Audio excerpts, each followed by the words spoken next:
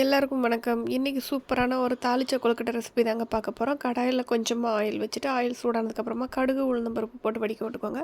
கொஞ்சமா கடலைப்பருப்பு, கொஞ்சம் சீரகம் சேர்த்துக்கோங்க. வரமிளகா கிள்ளி சேர்த்துக்கோங்க.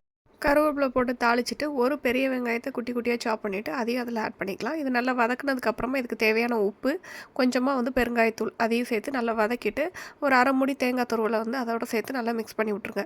இது ஓரளவு நல்லா வதங்கினதுக்கப்புறமா நம்ம எடுத்து வச்சிருக்கிற அரிசி மாவில் கொஞ்சமாக உப்பு சேர்த்துட்டு, நம்ம இந்த தாளிச்ச கலவையை அதோட சேர்த்து நல்லா ஃபஸ்ட்டு மிக்ஸ் பண்ணி விட்ருக்கலாம்.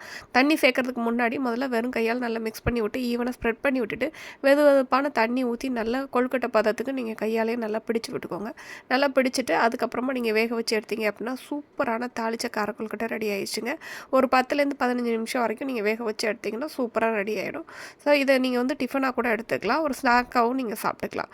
சூப்பரான இந்த ரெசிபி பிடிச்சிருந்துச்சு அப்படின்னா சேனலை மறக்காமல் சப்ஸ்கிரைப் பண்ணிக்கோங்க. தேங்க்ஸ் ஃபார் வாட்சிங்.